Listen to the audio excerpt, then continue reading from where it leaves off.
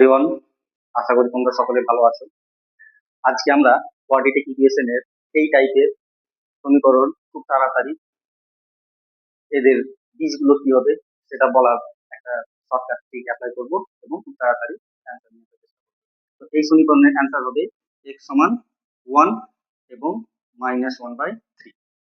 এটা কিভাবে আসছে, এর বেসিক জিনিস যদি আমরা দেখতে যাই তাহলে এটাকে যদি আমরা একচল বিশিষ্ট দ্বিঘাত সমীকরণের স্ট্যান্ডার্ড ফর্ম যেটা আছে তার সঙ্গে যদি কম্পেয়ার করি তাহলে বলছে কি যে এইরকম আকারে যদি কোনো দ্বিঘাত সমীকরণ থাকে তাহলে সেই সমীকরণের যে এক্স স্কোয়ারের সহগ, এক্স এর সহগ এবং ধ্রুবক রাশি যেটা আছে তাদের সমষ্টি যদি 0 হয় তাহলে আমরা বলতে পারবো যে ওই সমীকরণের বীজ দুটি হবে 1, c/a। তাহলে একটি হবে 1 আর একটি হবে c/a। তাহলে এই ক্ষেত্রে যদি আমরা অ্যাপ্লাই করি তাহলে এই ক্ষেত্রে আমরা দেখতে পাচ্ছি যে a + b + c সমান 3 - 2 - 1 মানে 0। তার মানে এখান থেকে আমরা বলতে পারবো যে x সমান একটা হবে 1 আর একটা হবে c/a, তার মানে -1/3।